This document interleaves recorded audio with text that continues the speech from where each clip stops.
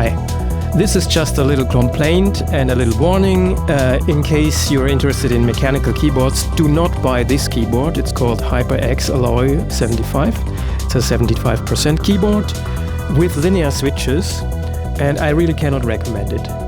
Why not? Well, I needed a mechanical keyboard very fast, otherwise I would have ordered a much fancier one, but my old one broke.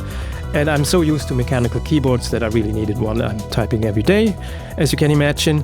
And so I went to Wharton, a well-known shop in Portugal. And of course, they don't have many choices.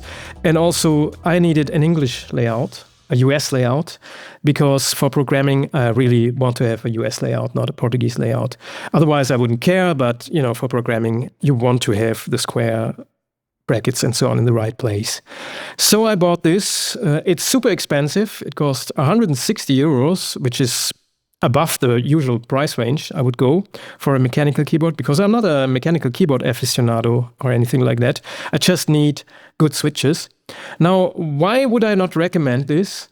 Very simply, after 2 months of use, this already showed some grave errors.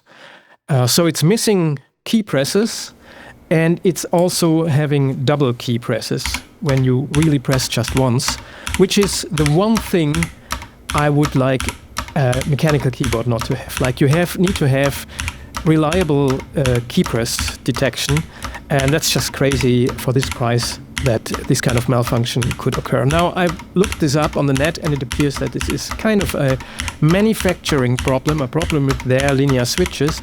And to be honest, I've been using Cherry Blue switches for years and years, and they never had any problem like that. So if you have reputable switches, this cannot occur.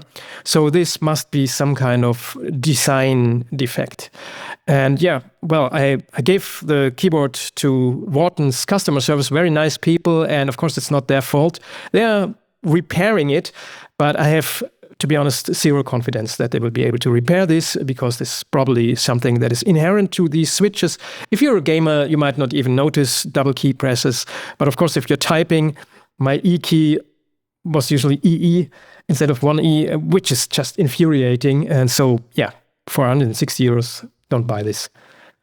Now I'm back to my El Cheapo mechanical keyboard, which is called Dogot Taurus. It looks like this, which is like 60 bucks. And this has kind of blue switches, unfortunately also not the Cherry originals, I think. And one of them broke, so I had to glue it with glue. And for now it still works, the X key stopped working, but I had to glue it, so it might not work for a long time. Still, it's better to have a keyboard with a broken key than a keyboard that sometimes just doesn't register the keys. So that's it for today. Just a little advice to not buy this. Bye, see you.